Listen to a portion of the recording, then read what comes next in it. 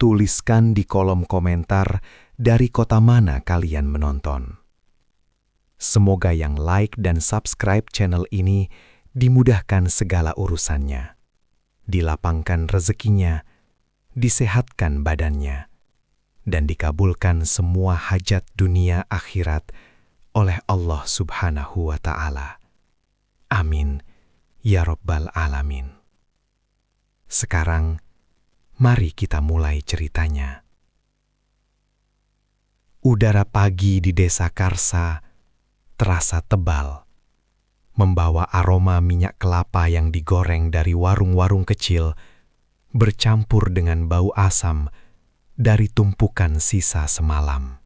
Wiryamana, bayangan yang bergerak lambat, mendorong gerobak kayu tua itu melewati jalan utama. Roda gerobak berderit pelan, irama yang sudah terlalu akrab bagi telinga penduduk desa. Ia berhenti tepat di depan pekarangan kepala desa, tempat janur kuning dan tenda putih menandakan acara adat sedang berlangsung. Tumpukan sampah sisa persiapan acara, kardus, daun pisang layu, dan botol plastik menjadi targetnya. Candrakanta yang sedang menyapu teras warungnya yang berjarak 10 meter dari sana, menjatuhkan sapu lidi itu dengan suara klontan. Sis Candrakanta, suaranya tajam dan penuh peringatan. Ia melangkah maju, melipat tangan di dada, menatap Wiryamana dari ujung rambut hingga ujung kaki. Pakaiannya yang bersih, kontras tajam dengan lusuhnya kain yang membalut tubuh Wiryamana. Kau tidak punya mata, Wiryamana. Ini acara penting, bukan tempat pembuangan akhir. Wiryamana tidak menoleh. Ia hanya membungkuk. Tangannya yang menghitam mengaduk-aduk tumpukan kardus basah di dekat selokan. Ia memilahnya dengan hati-hati, seolah mencari berlian di antara lumpur. Saya hanya mengambil yang tersisa, Nyonya Candrakanta, jawab Wiryamana pelan, tanpa menaikkan pandangan. Tersisa. Candrakanta tertawa, tawa yang kering dan penuh penghinaan. Ia meludah ke samping. Kau ini parasit, Wiryamana. Kau tahu itu. Kau mencemari pemandangan, kau mencemari rezeki desa. Kami sedang berusaha menaikkan citra, dan kau membawa bau busukmu ke sini. Ia menunjuk gerobak lusuh itu dengan dagunya yang terangkat tinggi. Pindahkan itu sekarang, atau saya suruh petugas yang membuangnya ke sungai. Wiryamana akhirnya berdiri tegak. Ia menyeka keringat di pelipisnya dengan punggung tangan. Matanya yang keruh menatap lurus ke arah kerumunan kecil yang mulai berkumpul di belakang Candrakanta, menikmati drama pagi itu. Saya mencari sesuatu yang hilang, Nyonya Candrakanta, kata Wiryamana. Suaranya kini lebih rendah, hampir seperti bisikan yang mengancam. Ia membiarkan jeda menggantung di udara. Sesuatu yang kalian anggap tidak bernilai, dan saya harus menemukannya di tempat yang paling kalian remehkan. Candrakanta mendengus keras, mengibaskan tangannya seolah mengusir lalat. Alasan. Kau mencari uang receh, Wiryamana. Jangan sok filosofis. Pergi, jangan sampai kepala desa melihatmu di sini. Wiryamana hanya tersenyum tipis, senyum yang tidak mencapai matanya. Ia menarik tali gerobaknya, mendorongnya menjauh dari keramaian. Namun sebelum berbelok ke lorong sempit, ia menoleh sekali lagi ke arah Candrakanta yang masih berdiri angkuh. Lain kali, Nyonya, katanya. Nadanya dingin dan datar. Perhatikan baik-baik apa yang kau buang. Kau mungkin membuang sesuatu yang jauh lebih berharga daripada yang kau simpan. Wiryamana menghilang ke lorong sempit, meninggalkan Candrakanta yang merasa menang, tetapi juga sedikit terganggu oleh tatapan mata tua itu. Setelah insiden di depan rumah kepala desa, Wiryamana mulai menghilang. 2, kadang 3 hari dalam seminggu, gerobaknya kosong. Ketika ia kembali, tumpukan material rongsokan di gerobaknya jauh lebih banyak dan lebih aneh. Bukan hanya botol dan kardus, tetapi potongan logam presisi, kabel-kabel tebal, dan papan sirkuit yang sudah berkarat. Ia tidak pernah menjualnya ke pengepul lokal. Semua barang itu ia simpan di sebuah gudang kecil di pinggir desa, menguncinya rapat-rapat. Chandrakanta sering melihatnya, dan setiap kali ia melihat Wiryamana membawa tumpukan material aneh itu, ia hanya bisa menggelengkan kepala. Orang tua itu benar-benar gila, mengumpulkan sampah untuk membangun istana tikus, pikirnya. Namun, kegilaan Wiryamana tiba-tiba menjadi perhatian seluruh desa Karsa. Kabar mengejutkan itu menyebar lebih cepat daripada api di musim kemarau. Lahan termahal dan paling strategis di pusat desa, yang bertahun-tahun ingin dibeli oleh seorang juragan dari kota, tiba-tiba dibeli tunai oleh seseorang yang tidak dikenal. 2 minggu kemudian, kerahasiaan identitas pembeli itu terungkap. Pagi itu, gerobak lusuh Wiryamana diparkir di depan lahan tersebut, dan ia berdiri di sana, mengawasi para kontraktor yang mulai memasang pagar mewah. Seluruh desa Karsa gempar. Gosip liar menyebar. Dari Wiryamana menemukan emas di tempat sampah, hingga ia memenangkan lotre gelap. Chandrakanta adalah yang paling marah dan skeptis. Ia bergegas menghampiri kepala desa, menuntut penyelidikan. "Itu tidak masuk akal, Pak Kepala," seru Chandrakanta, suaranya melengking di balai desa. "Uang dari mana?" Dia itu pemulung. Dia tidak punya apa-apa selain bau busuk. Pasti itu uang haram, hasil penipuan, atau dia mencuri harta karun. Kepala desa hanya menghela napas, mengusap pelipisnya. Saya sudah cek Nyonya Chandrakanta. Pembayaran dilakukan secara tunai melalui bank besar di kota. Semua dokumennya sah, atas nama Wiryamana. "Tidak mungkin!" teriak Chandrakanta. Malam itu, rasa iri dan penasaran membakar Chandrakanta. Ia tidak bisa tidur. Ia harus membuktikan bahwa Wiryamana adalah penipu. Di bawah rembulan yang tipis, Chandrakanta menyelinap ke lokasi proyek. Ia berharap menemukan brankas berisi uang hasil penipuan, atau setidaknya bukti bahwa Wiryamana hanyalah boneka dari juragan kota. Ia melompati pagar sementara yang baru dipasang. Lahan itu gelap, hanya diterangi oleh lampu jalan yang jauh. Chandrakanta berjalan perlahan, menginjak kerikil. Tiba-tiba, lampu sorot yang sangat terang menyala, membanjiri area tengah lahan. Chandrakanta terkejut, segera bersembunyi di balik tumpukan karung semen. Di tengah cahaya itu berdiri Wiryamana. Namun, ini bukan Wiryamana yang ia kenal. Pria itu mengenakan kemeja putih bersih dan celana bahan yang rapi. Mantel lusuh yang biasa ia kenakan terlipat rapi di atas tumpukan batu bata. Wiryamana sedang berbicara dengan seorang pria yang tampak seperti mandor proyek, menunjuk ke arah cetak biru yang terbentang di atas meja lipat.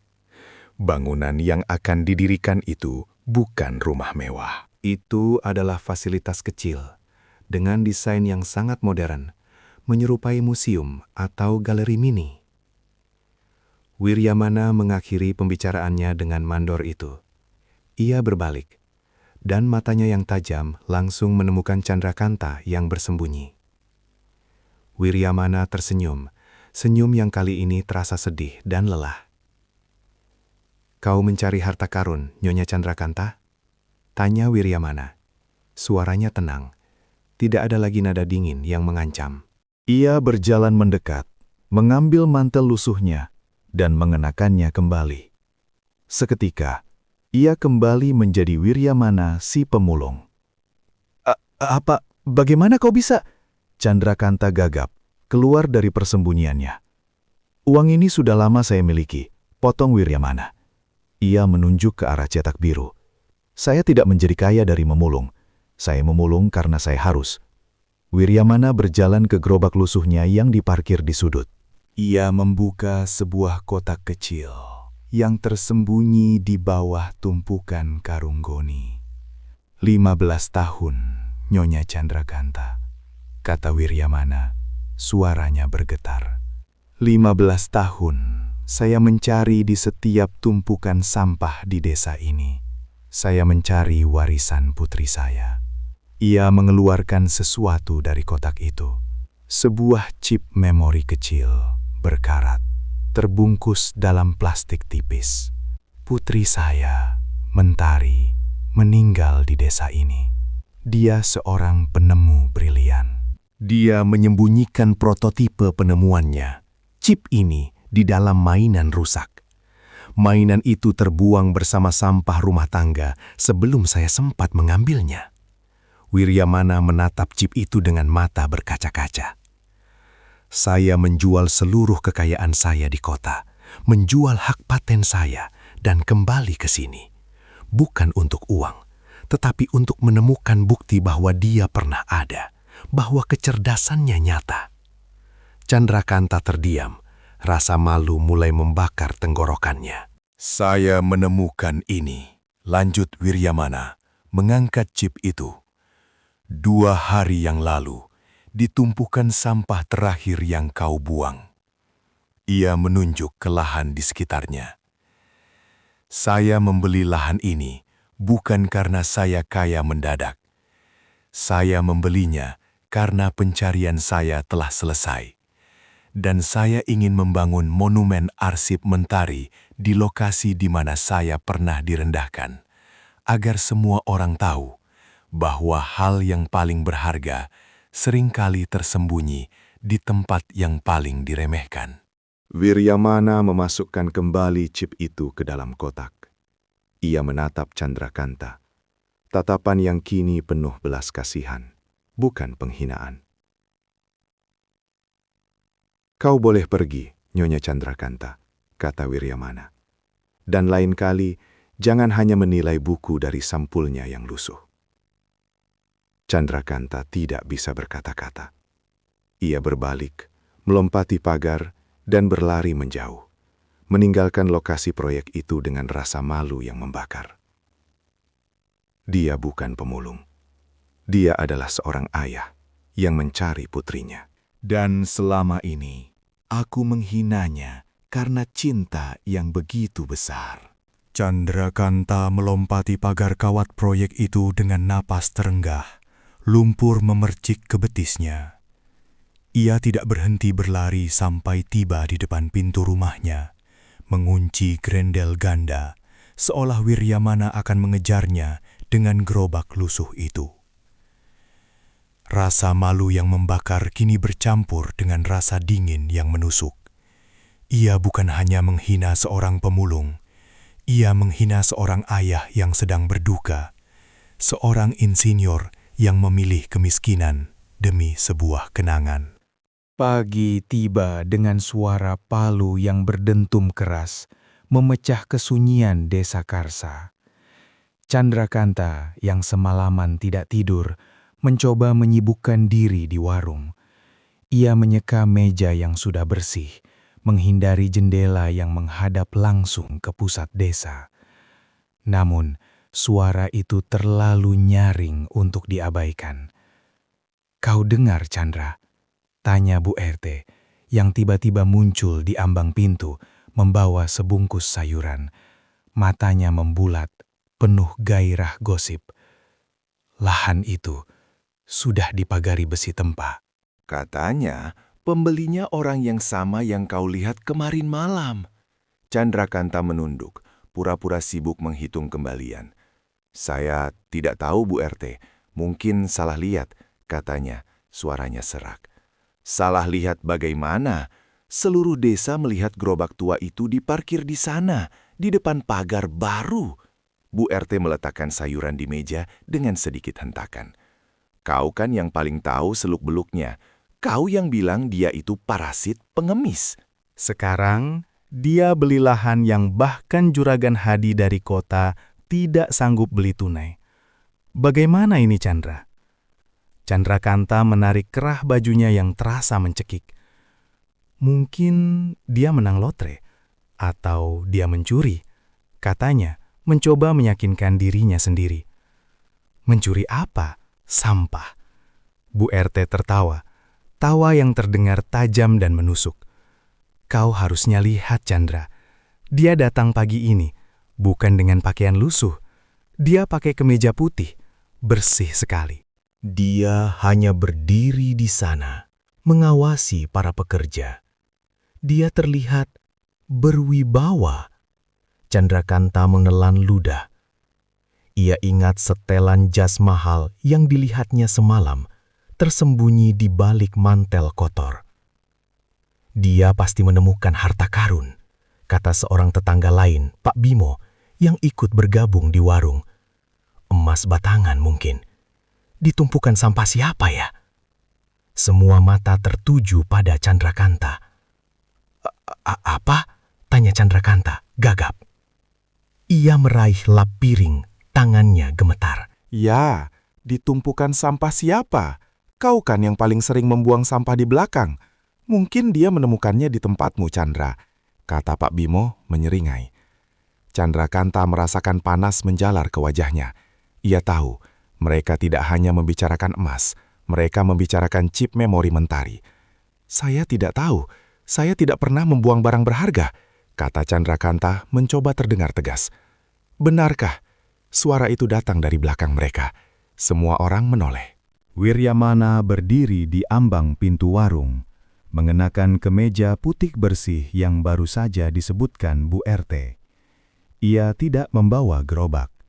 Ia hanya membawa sebuah kotak kayu kecil yang dipegang erat di tangannya. "Selamat pagi, Nyonya Chandrakanta," kata Wiryamana. Nadanya datar, tanpa emosi. Ia berjalan perlahan ke meja, mengambil sebotol air mineral, dan meletakkannya di meja. Kau mau apa?" tanya Chandrakanta, mundur selangkah. Wiryamana tersenyum tipis, senyum yang tidak mencapai matanya. Saya hanya ingin membeli air, Nyonya, dan mungkin menyampaikan undangan. Undangan apa? Tanya Bu RT penasaran. Wiryamana mengabaikan Bu RT. Ia hanya menatap Chandrakanta. Pembangunan monumen arsip mentari akan selesai dalam 2 minggu. Saya mengundang Anda, Nyonya Chandrakanta, untuk melihat apa yang selama ini saya cari di tumpukan sampah Anda. Chandrakanta tidak bisa menjawab. Ia hanya menatap kotak kayu kecil di tangan Wiryamana. Kau tidak perlu takut, Nyonya. Lanjut Wiryamana, mengambil uang dan meletakkannya di meja. Saya tidak akan menuntut ganti rugi atas penghinaan yang sudah-sudah. Saya hanya ingin Anda melihat bahwa nilai sejati tidak pernah bisa diukur dengan harga. Ia berbalik dan berjalan keluar. Langkahnya mantap. Berbeda jauh dari langkah gonta yang biasa ia tunjukkan saat mendorong gerobak. 2 minggu berlalu dalam keheningan yang canggung. Pembangunan selesai. Lahan yang dulunya kosong, kini berdiri sebuah bangunan minimalis, terbuat dari kaca dan beton, tampak kontras dengan rumah-rumah kayu di sekitarnya. Pada hari peresmian, seluruh desa Karsa berkumpul. Mereka datang bukan karena diundang, tetapi karena rasa penasaran yang tak tertahankan. Chandrakanta berdiri di barisan belakang, wajahnya pucat. Wiryamana berdiri di depan pintu kaca monumen arsip mentari. Ia kembali mengenakan pakaian lusuhnya, mantel coklat tua dan celana belel. Gerobak lusuhnya diparkir di samping pintu masuk, tetapi kali ini gerobak itu bersih. Tidak ada karung goni kotor, hanya kayu yang disikat rapi. Terima kasih atas kehadiran Anda semua, kata Wiryamana. Suaranya tenang, berwibawa, namun tetap rendah. Saya tahu, selama ini kalian mengenal saya sebagai Wiryamana, si pemulung. Saya menerima semua penilaian itu karena memang itulah peran yang saya jalankan. Ia berhenti sejenak, menatap kerumunan. Matanya berhenti pada Chandrakanta. Saya tidak menemukan harta karun. Saya tidak memenangkan lotre. Lanjutnya, uang yang saya gunakan untuk membangun tempat ini adalah uang yang sudah lama saya miliki. Saya menjual segalanya hanya untuk kembali ke desa ini, tempat putri saya, Mentari, meninggal 15 tahun lalu. Wiryamana membuka pintu kaca. Di dalamnya, bukan perabotan mewah, melainkan sketsa-sketsa teknik, diagram, dan model-model kecil penemuan yang belum selesai. Di tengah ruangan, di bawah lampu sorot, tergeletak kotak kayu kecil itu. Ini adalah monumen arsip Mentari, kata Wiryamana.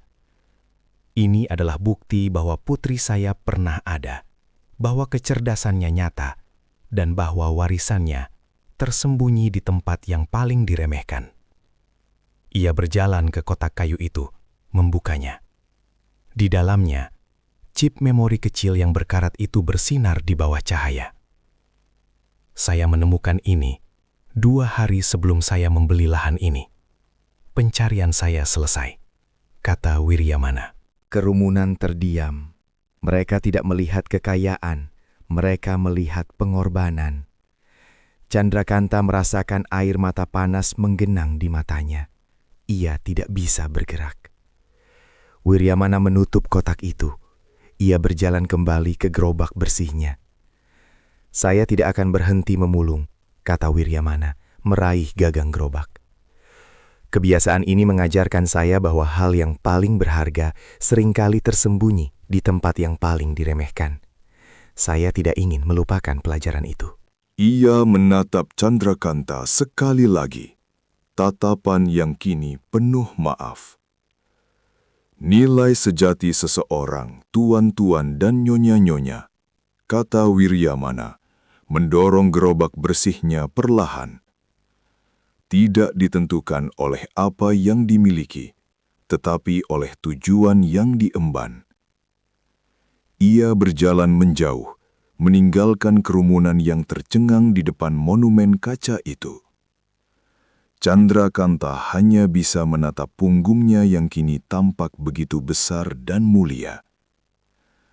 Dia tidak mencari uang. Dia mencari cinta.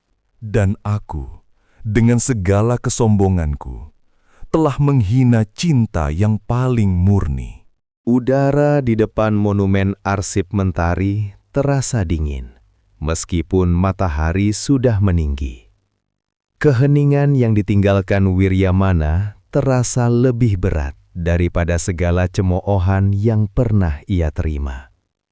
Gerobak bersih itu telah menghilang di balik tikungan, meninggalkan kerumunan yang kini hanya melihat pantulan wajah mereka sendiri di kaca bangunan baru itu. Chandrakanta berdiri mematung, lututnya terasa lemas. Ia menatap lantai paving yang baru dipasang, menghindari tatapan siapapun. Ia bisa mendengar bisikan-bisikan, bukan lagi tentang harta karun, melainkan tentang betapa bodohnya mereka. Kepala desa yang sedari tadi hanya diam, membersihkan tenggorokannya dengan suara keras. Baiklah, tuan-tuan dan nyonya-nyonya, katanya. Suaranya terdengar terlalu formal untuk suasana yang begitu intim.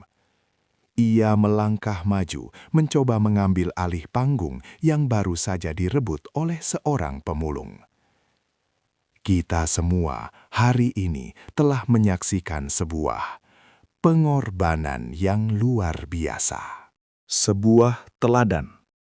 Kita harus menghargai upaya Bapak Wiryamana dalam memulihkan martabat putrinya. Seorang ibu di barisan depan berbisik, "Martabat? Kita yang merampasnya, Pak Kepala Desa." Candraganta merasakan pipinya memanas. Ia membalikkan badan, berniat melarikan diri. Tetapi langkahnya terhenti ketika Kepala Desa memanggilnya. "Nyonya Candraganta," kata Kepala Desa dengan nada yang kini sedikit memaksa. "Anda adalah tetangga terdekat beliau. Mungkin Anda bisa memberikan sepatah kata sebagai perwakilan dari penyesalan kolektif kita?" Candraganta menelan ludah. Lidahnya terasa tebal, seperti baru saja mengunyah pasir. Ia memaksakan dirinya untuk berbalik, tetapi ia tidak bisa menatap mata Kepala Desa. Matanya hanya tertuju pada gerobak lusuh yang dulu selalu ia hina, yang kini telah diganti dengan gerobak yang bersih. Candraganta memulai. Suaranya serak. Ia berhenti. Ia tidak bisa mengatakan maaf. Itu akan terlalu mudah. "Iya, Nyonya," desak Kepala Desa, berharap Candraganta akan mengucapkan sesuatu yang bisa menyelamatkan muka desa. Candraganta mengangkat tangannya, menyentuh kalung emas yang melingkari lehernya, simbol status yang kini terasa begitu menjijikkan. "Saya hanya berharap," katanya, suaranya bergetar, "bahwa beliau akan terus memulung." Kerumunan saling pandang. Itu bukan permintaan maaf. Itu adalah pengakuan yang aneh. "Maksud Anda?" tanya Kepala Desa, bingung. Candraganta menurunkan tangannya. Ia menatap lurus ke arah monumen arsip Mentari, di mana chip memori kecil itu tergeletak di bawah sorot lampu. "Supaya kami tidak lupa," katanya pelan, "bahwa hal yang paling berharga bisa saja ada di tumpukan sampah kami, dan kami dengan mata buta membuangnya." Ia tidak menunggu jawaban. Ia berbalik dan berjalan cepat, hampir berlari, meninggalkan kerumunan yang kini mulai membubarkan diri dengan kepala tertunduk. Sore itu, Candraganta mengunci warungnya lebih awal. Ia duduk di dapur, memandangi tumpukan sampah rumah tangga yang belum sempat ia buang. Biasanya, ia akan jijik melihatnya. Hari ini, ia melihatnya dengan ketakutan. Ia teringat bagaimana Wiryamana, 2 hari sebelum pembelian lahan itu, berdiri di depan warungnya, mengais tumpukan sampah yang ia buang. "Permisi, Nyonya Candraganta," Wiryamana berkata saat itu, suaranya datar. "Saya hanya memastikan tidak ada yang tertinggal." "Tinggal apa?" Candraganta menyindir, sambil menyiramkan air bekas cucian piring ke dekat gerobak Wiryamana. "Harta karun. Kau pikir kau akan menemukan emas di sisa makanan busukku?" Wiryamana hanya tersenyum tipis, senyum yang kini ia pahami sebagai senyum kemenangan yang menyakitkan. Ia mengaduk-aduk sampah itu sekali lagi, dan kemudian ia menemukan kotak kecil itu. Ia tidak menunjukkan kegembiraan, ia hanya memasukkannya ke dalam saku mantil lusuhnya. Candraganta kini menatap tumpukan sampah itu. Ia menyadari chip memori yang dicari Wiryamana selama 15 tahun yang merupakan warisan terakhir putrinya ditemukan di tumpukan sampah miliknya. Sampah yang ia buang dengan jijik. Ia bangkit, mengambil kantong sampah itu dan membawanya ke halaman belakang. Ia mulai membongkar isinya. Tangannya gemetar. Ia mencari bukan emas, bukan uang, tetapi sisa-sisa kotoran, sisa-sisa makanan, sisa-sisa kertas yang mungkin pernah disentuh oleh Wiryamana. Ia tidak menemukan apa-apa. Tentu saja, benda itu sudah ditemukan. Ia hanya menemukan rasa malu yang membakar, yang kini bercampur dengan aroma busuk sampah. Ia duduk di tanah, memeluk lututnya. Keesokan paginya, Wiryamana kembali. Ia mendorong gerobak yang kini dicat ulang dengan warna hijau muda, bersih dan mengkilap. Ia mengenakan pakaian yang sama lusuhnya. Tetapi gerobaknya berbeda. Ia berhenti di depan warung Chandrakanta. Chandrakanta, yang biasanya akan berteriak atau menutup hidung, kini berdiri di ambang pintu warungnya, memegang lap yang bersih. "Selamat pagi, Nyonya Chandrakanta," sapa Wiryamana. Suaranya tenang. "Pagi," balas Chandrakanta. Suaranya hampir tak terdengar. Wiryamana mulai mengais tumpukan sampah yang baru saja diletakkan Chandrakanta. Ia melakukannya dengan gerakan yang sama metodisnya, tetapi kini tanpa aura keputusasaan. "Saya dengar," kata Chandrakanta, mencoba menstabilkan napasnya. "Anda tidak akan berhenti." Wiryamana berhenti mengais, memegang sepotong kardus bekas. Ia menatap Chandrakanta. "Tidak," katanya. "Saya sudah menemukan yang saya cari, tapi saya tidak ingin melupakan cara mencarinya." Ia memasukkan kardus itu ke dalam gerobak bersihnya. "Apakah Anda akan menjual monumen itu setelah ini?" Tanya Chandrakanta. Suaranya penuh harap. Berharap Wiryamana akan kembali ke kota dan meninggalkannya sendirian dengan rasa malunya. Wiryamana menggeleng. "Tidak, itu adalah pengingat bagi saya dan bagi desa ini." Ia tersenyum tipis. "Saya akan terus memulung di sini, Nyonya Chandrakanta. Saya sudah terbiasa dengan aroma desa Karsa." Chandrakanta menunduk. Saya akan memastikan sampah saya lebih rapi mulai sekarang." "Itu tidak perlu," kata Wiryamana, mendorong gerobaknya perlahan. Nilai sejati tidak ditentukan oleh kerapian, Nyonya, tapi oleh tujuan. Ia berjalan menjauh, gerobak bersihnya berderit pelan. Chandrakanta menatap punggungnya, yang kini tampak seperti bayangan yang terangkat dari lumpur. Ia tahu, Wiryamana tidak akan pernah pergi. Ia akan menjadi cermin abadi bagi kesombongan mereka. "Aku tidak menghina pemulung. Aku menghina seorang ayah yang mencari putrinya." Dan sekarang, setiap kali aku melihat gerobak bersih itu, aku akan ingat bahwa aku adalah orang yang membuang warisan yang paling berharga. Pagi itu, desa Karsa tidak lagi beraroma jelaga dan kotoran, melainkan wangi bunga sedap malam yang dipasang di sepanjang pagar besi kempah. Bangunan kaca dan beton minimalis itu berdiri kontras, memantulkan cahaya matahari yang terbit di atas atap-atap genteng tradisional. Di depan pintu masuk, sebuah plakat perunggu bertuliskan Monumen Arsip Mentari, berkilauan. Penduduk desa berkumpul dalam balutan pakaian terbaik mereka, menciptakan kerumunan yang canggung. Mereka tidak datang untuk merayakan kekayaan, melainkan untuk menyaksikan keanehan yang telah mengubah hierarki sosial mereka selamanya. Chandrakanta berdiri di barisan belakang, mengenakan kebaya yang terasa terlalu ketat. Matanya terpaku pada gerobak kayu yang kini dicat ulang, diparkir rapi di sudut lahan. Kepala desa mengenakan seragam safari putih yang disetrika kaku, berdeham ke mikrofon. Suaranya terdengar terlalu lantang untuk suasana yang begitu sunyi. Kami, sebagai perwakilan Desa Karsa, merasa sangat terhormat atas sumbangsih Bapak Wiryamana, kata kepala desa, berhenti sejenak untuk mengambil napas, yang telah memilih desa kita sebagai tempat untuk mengabadikan warisan putrinya. Wiryamana maju ke depan, tidak mengenakan setelan jas yang Chandrakanta lihat malam itu, tetapi kemeja linen bersih dan celana panjang yang rapi. Ia tampak lebih tua, tetapi matanya memancarkan ketenangan yang dingin.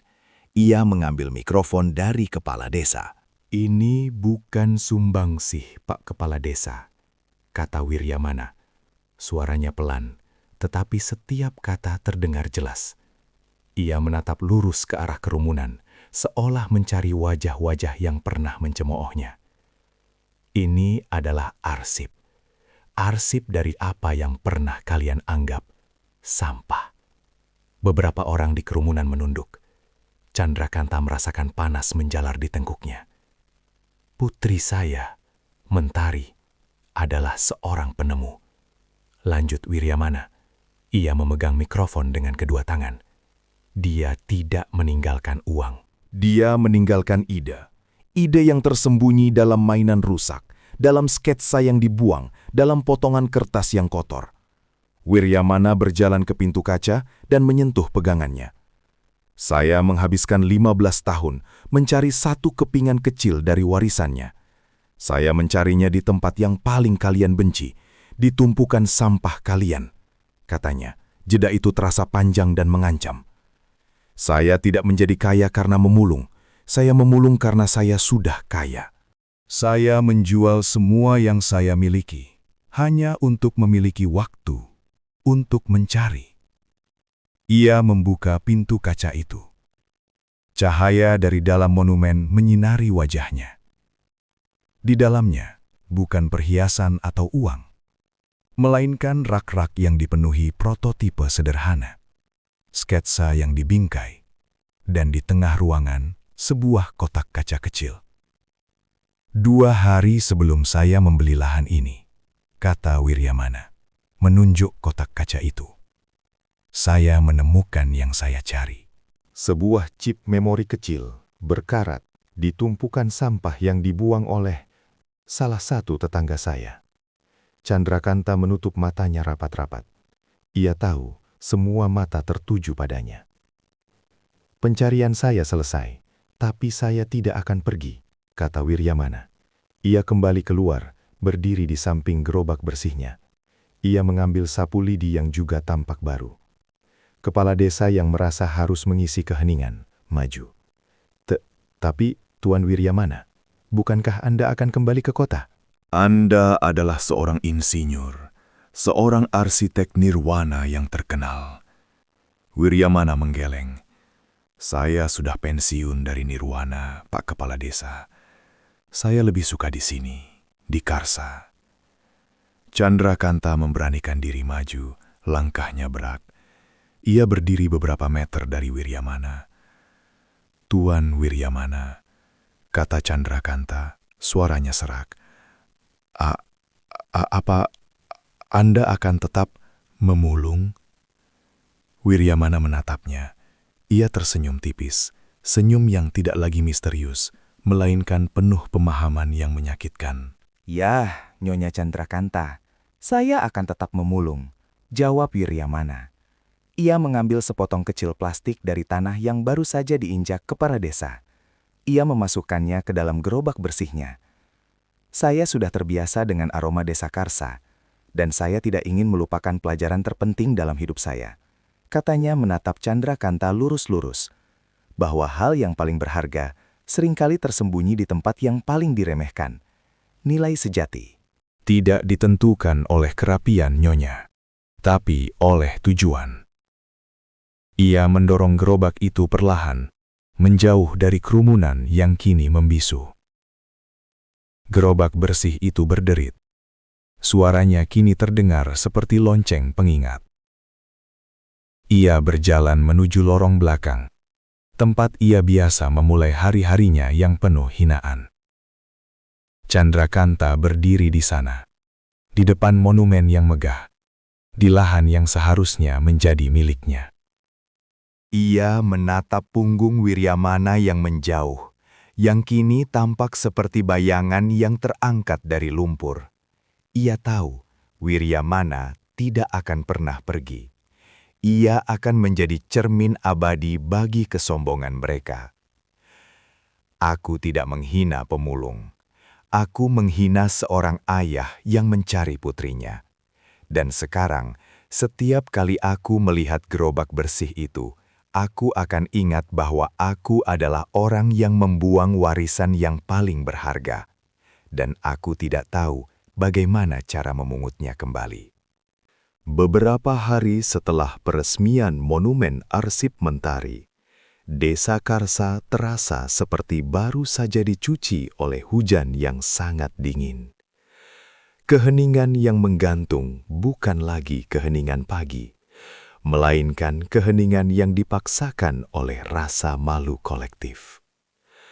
Semua orang tahu, semua orang melihat, dan semua orang kini menatap Chandrakanta dengan pandangan yang sama persis seperti yang dulu ia lemparkan kepada Wiryamana. Chandrakanta berdiri di depan warungnya. Tangannya sibuk mengelap meja kayu yang sudah bersih. Ia tidak benar-benar membersihkan. Ia hanya mencari alasan untuk tidak menatap jalanan. Ia mengenakan kebaya rumahan yang rapi, kontras dengan kemeja lusuh yang biasa ia kenakan saat bergosip. Suara derit yang familiar itu terdengar.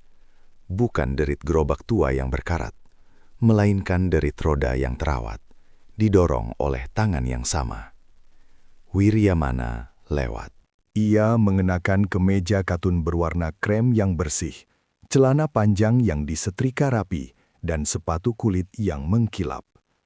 Hanya gerobaknya yang tetap menjadi gerobak, meski kini dicat ulang dan mengkilap, sebagai pengingat abadi. Wiryamana menghentikan gerobaknya tepat di depan warung Chandrakanta. Ia tidak menatap wanita itu, melainkan sibuk merapikan sapu lidi yang tersandar di sisi gerobak. "Tuan Wiryamana," kata Chandrakanta. Suaranya tercekat. Ia meletakkan lapnya. Tangannya gemetar. Wiryamana menoleh. Senyumnya tipis, sopan, dan sangat jauh. "Selamat pagi, Nyonya Chandrakanta. Apa Anda mau minum?" Chandrakanta menunjuk termos air panas di sudut warung. "Kopi saya baru diseduh, Tuan.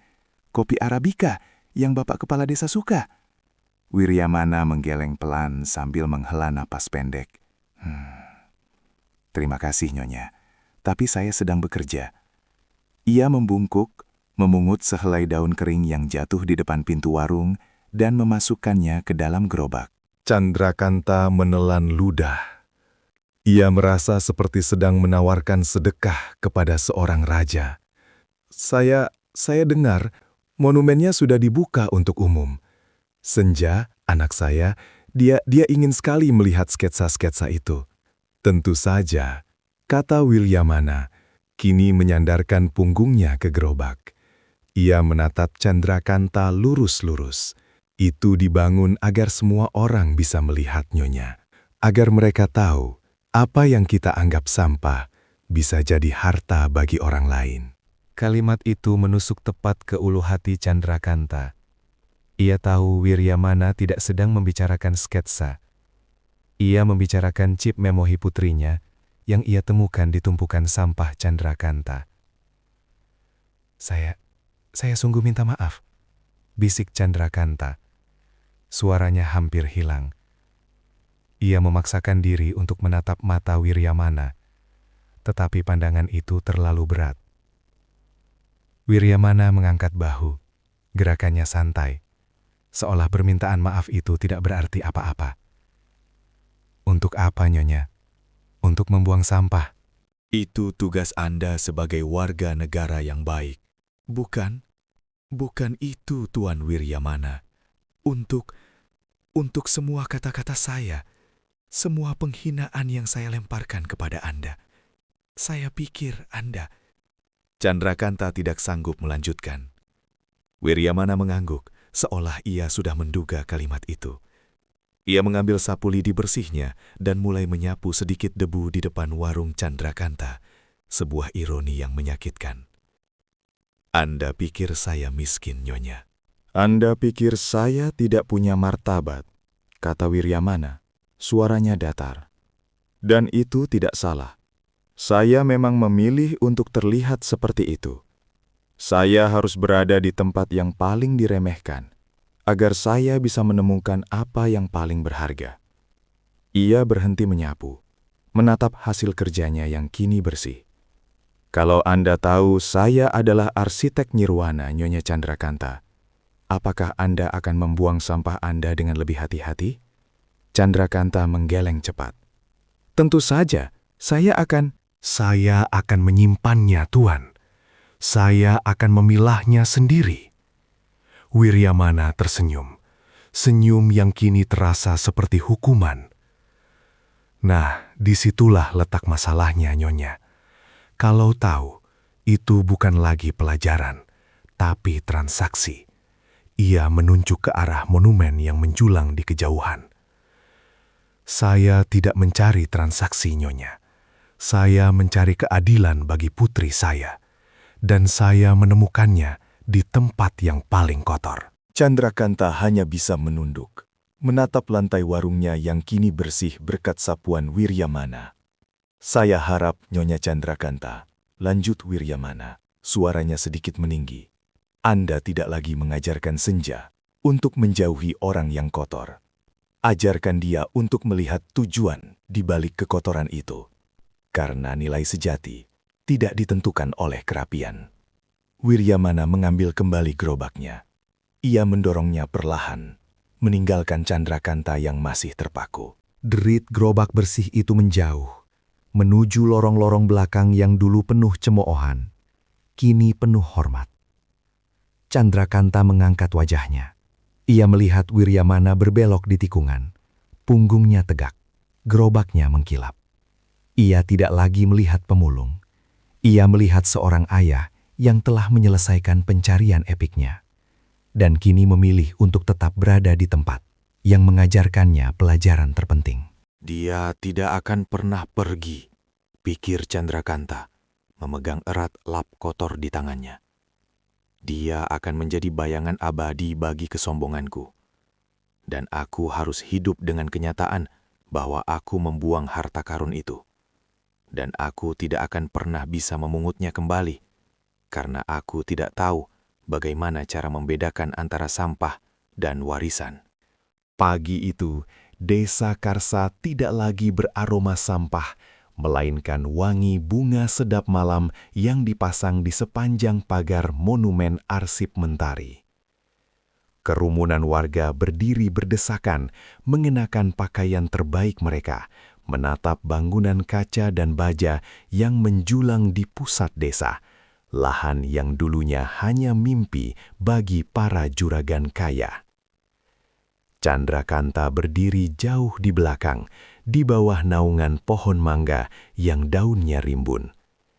Ia memegang tangan Senja erat-erat. Ia tidak berani mendekat. Rasa malu itu terasa seperti beban fisik, menekan bahunya hingga ia merasa lebih pendek dari biasanya. "Ibu, kenapa kita tidak maju?" tanya Senja, mendongak. "Aku ingin melihat sketsa-sketsa itu. Kata teman-teman, itu gambar pesawat yang bisa terbang tanpa bensin." Chandrakanta menelan ludah. Ia melihat Wiryamana berdiri di podium kecil, mengenakan setelan jas abu-abu yang sama bersihnya dengan gerobak yang kini diparkir di samping monumen. Gerobak itu yang dulu adalah simbol kenistaan, kini tampak seperti artefak yang dipamerkan. "Kita di sini sudah cukup dekat, Nak," bisik Chandrakanta, suaranya serak. Ia menunjuk ke arah Wiryamana. "Lihat, Tuan Wiryamana sedang bicara." Wiryamana tidak menggunakan mikrofon. Suaranya, yang dulu hanya terdengar saat ia mengais, kini terdengar jelas dan berwibawa, membelah keheningan yang penuh rasa ingin tahu. Banyak dari Anda, kata Wiryamana, menghela napas pendek, bertanya-tanya, mengapa saya menghabiskan waktu 15 tahun untuk mencari sepotong kecil memori yang berkarat? Mengapa saya memilih menjadi pemulung di tempat yang paling saya cintai dan di tempat yang paling menyakitkan?